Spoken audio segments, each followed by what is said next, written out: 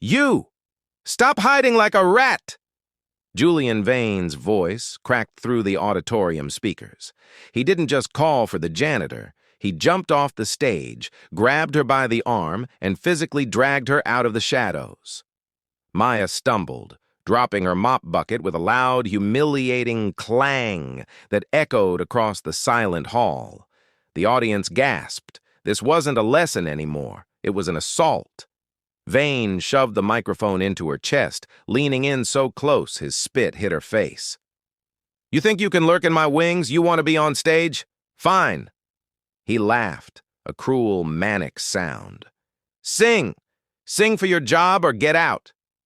He thought he was just bullying a helpless employee. He thought the cameras were off. But he didn't realize two things. One, the live stream was already broadcasting to 2 million people. And two, the girl he'd just assaulted wasn't just a janitor. She was about to hit a note so impossible, it wouldn't just silence the room, it would end his entire existence in exactly 8 seconds. To understand the magnitude of the disaster that was about to unfold, you have to understand the monster who orchestrated it. Julian Vane was not merely a conductor or a vocal coach. He was the self-appointed gatekeeper of the classical world.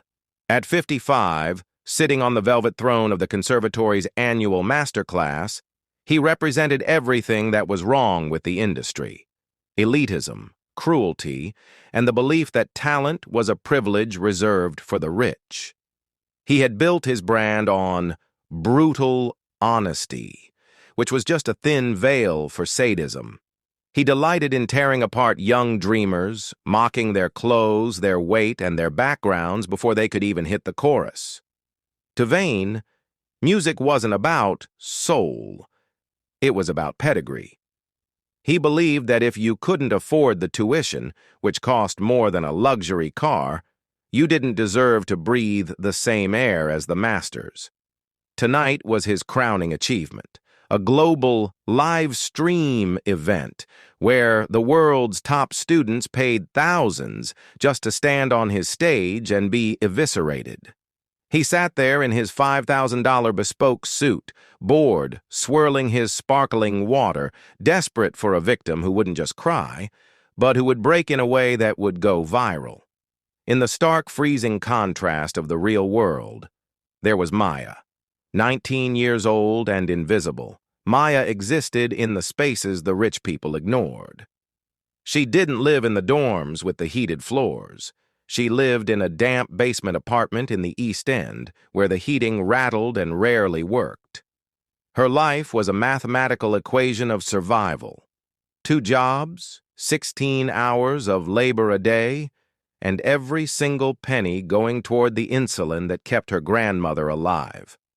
Maya was the night shift janitor at the conservatory, a ghost who polished the brass railings and scrubbed the marble floors long after the students had gone to their parties. She knew the texture of the carpets better than the texture of her own bedsheets. But Maya had a secret that kept her warm when the winter wind cut through her thin coat. Every Sunday morning, in the crumbling sanctuary of her neighborhood church, Maya opened her mouth and the heavens seemed to part. She had never had a lesson. She couldn't read sheet music, but she had a voice that was raw, ancient, and terrifyingly powerful. A gift passed down from a grandmother who used to hum spirituals while scrubbing floors just like her granddaughter. The collision course between these two worlds began on a Tuesday night that smelled of expensive perfume and floor wax. Maya wasn't supposed to be in the grand hall. Her shift didn't start until the gala ended, but the sound of the orchestra warming up had pulled her in like a magnet. She stood in the deep shadows of the stage left wing, clutching her mop bucket, trying to make herself as small as a molecule. She just wanted to hear the music, to feel the vibration of the cellos in her chest, to steal a few seconds of beauty before facing the grime of her reality. She watched as Vane dismantled a weeping soprano from Juilliard, telling the girl she sounded like a dying cat in a rainstorm.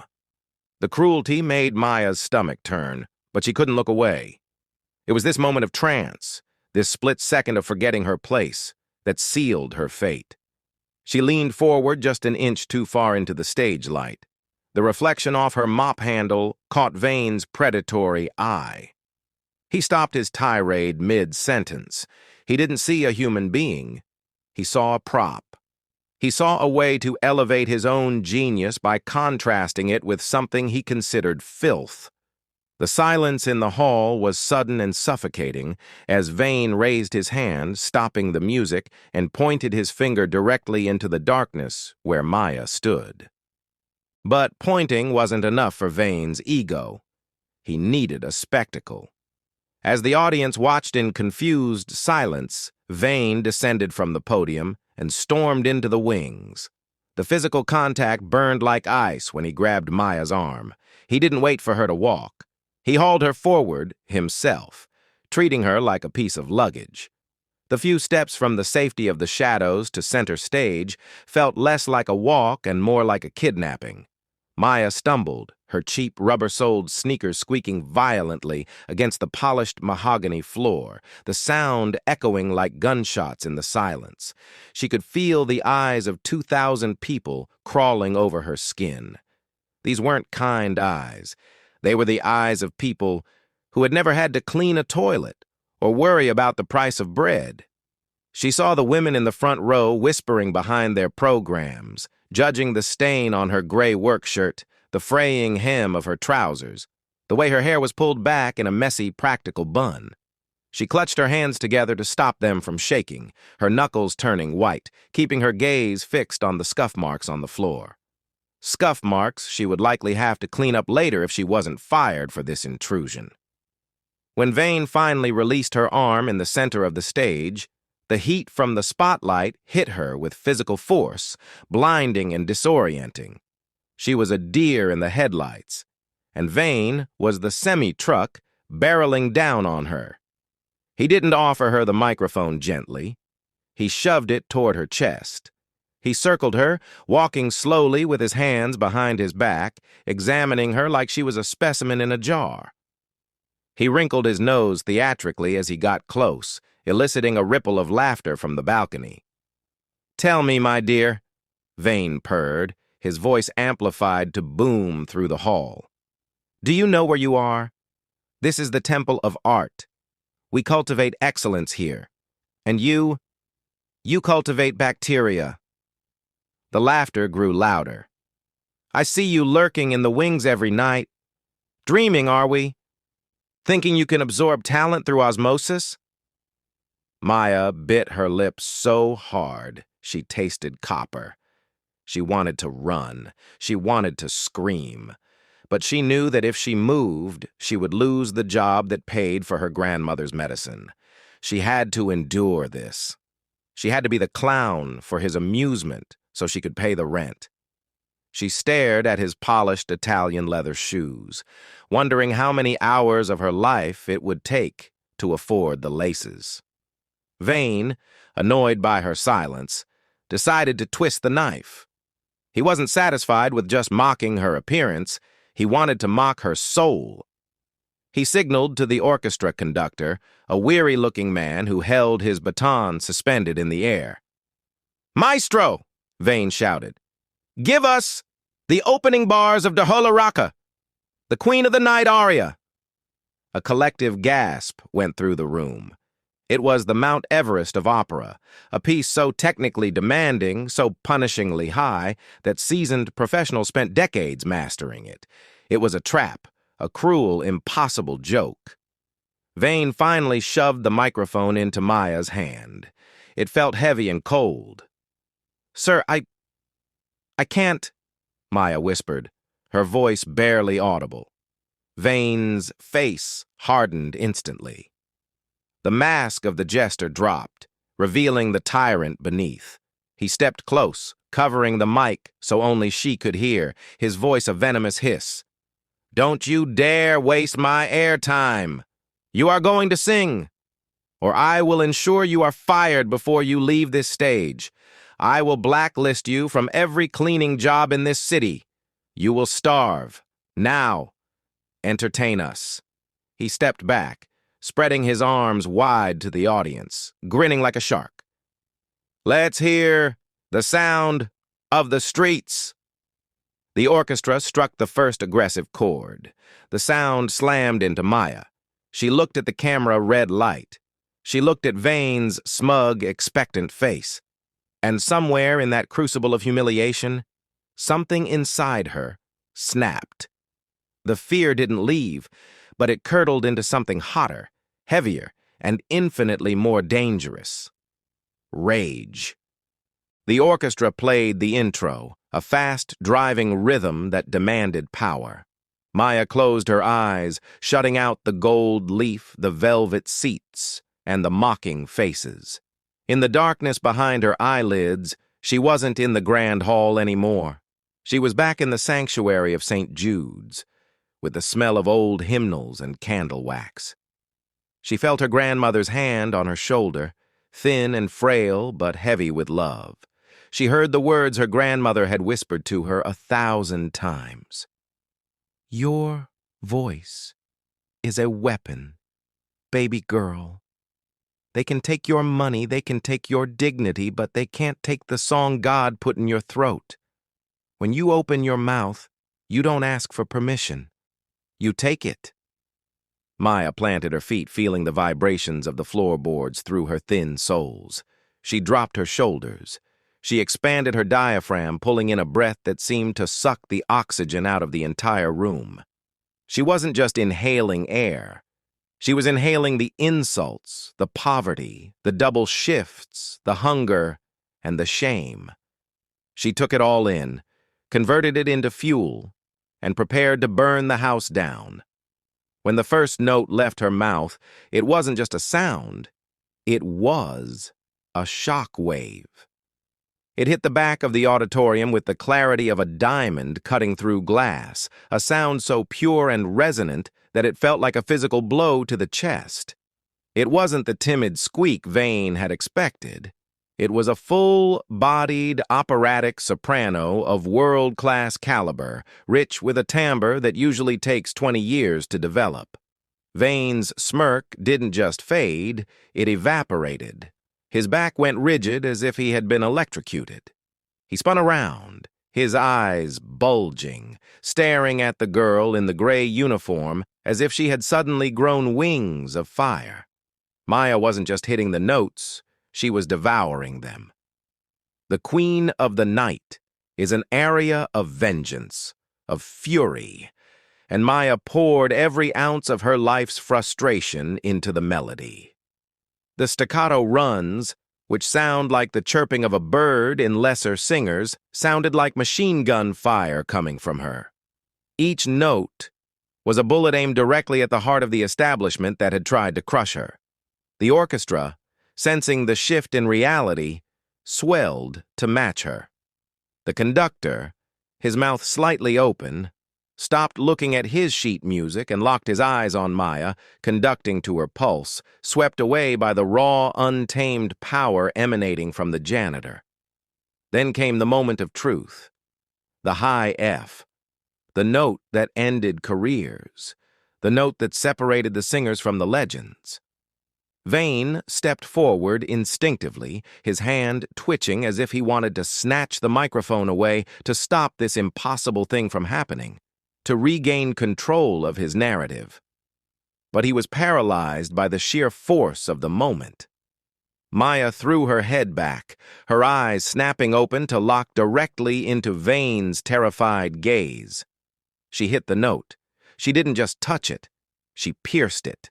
It rang out, shimmering and silver, filling every corner of the vast hall, vibrating in the chandeliers, resonating in the bones of the wealthy donors who were now gripping their armrests in disbelief. It was a sound of absolute, undeniable victory. Maya held the note and held it and held it. She defied human lung capacity, sustaining the pitch for 5, 6, 7 seconds, pushing it louder and stronger with every beat. It was a scream of existence. It was a declaration that she was here, she mattered, and she would not be silenced. When she finally cut the note off, sharp and clean as a guillotine blade, the silence that followed was heavier than the music. It was the silence of a hierarchy collapsing. Vane stood there, small and gray, stripped of his power, realizing too late that the girl he tried to break was made of iron. For 3 agonizing heartbeats, the hall was dead silent. No one breathed. Then, as if a spell had broken, the auditorium didn't just clap, it exploded. People jumped to their feet, knocking over their chairs in their haste. The applause was a roar, a physical tsunami of noise that washed over the stage. It wasn't polite golf claps. It was the guttural, primal cheering of people who had just witnessed a miracle. But Maya didn't smile. She didn't bow. She didn't curate the moment for the cameras. She looked at Julian Vane, who was trembling, his face the color of ash. With a slow, deliberate movement, she bent down and placed the microphone gently on the floor at his feet. A symbolic dropping of the weapon he had tried to use to kill her spirit. She turned her back on the adoration, the lights, and the man who had tormented her. Her keys jingled at her hip as she walked off the stage, disappearing back into the shadows from which she came, leaving Vane alone in the spotlight to face the judgment of the world. The fallout was swift, brutal, and fueled by the relentless justice of the internet. The live stream hadn't just been watched by the elite, it had been restreamed to millions. The clip titled "The Janitor's Revenge" garnered 20 million views in 3 hours. By the next morning, Julian Vane was the #1 trending topic in the world, but not for his genius. The comment section was a graveyard for his reputation. Former students came forward with stories of his abuse. Donors pulled their funding. The conservatory, facing a PR nuclear winter, fired Vane via a public press release before lunch the next day. His upcoming world tour was canceled by the promoters. The god of the golden throat was reduced to a pariah, a cautionary tale of arrogance. He locked himself in his mansion, but he couldn't shut out the sound of the world laughing at him, the echo of that high F haunting his every waking moment. But for Maya, the trajectory was vertical. She didn't go back to scrubbing floors. 2 days later, a representative from the Royal Academy of Music, a rival institution, tracked her down to her basement apartment.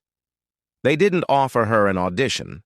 They offered her a full-ride scholarship and a living stipend that covered a new apartment and the best private care for her grandmother. 6 months later, Maya stood on a stage in Vienna. This time, she wasn't wearing a gray uniform. She was draped in midnight blue silk. She wasn't holding a mop. She was holding a bouquet of roses thrown by an adoring crowd. But before she began her encore, she took the microphone and looked into the camera, knowing the world was watching. "They will tell you that you are dirt," she said, her voice soft but steady.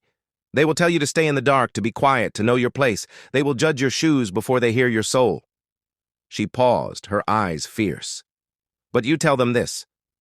The loudest voices aren't the ones holding the microphone. They are the ones who have been waiting in the shadows for the right moment to scream." She raised her hand, the orchestra swelled, and Maya sang, no longer a victim, but a queen.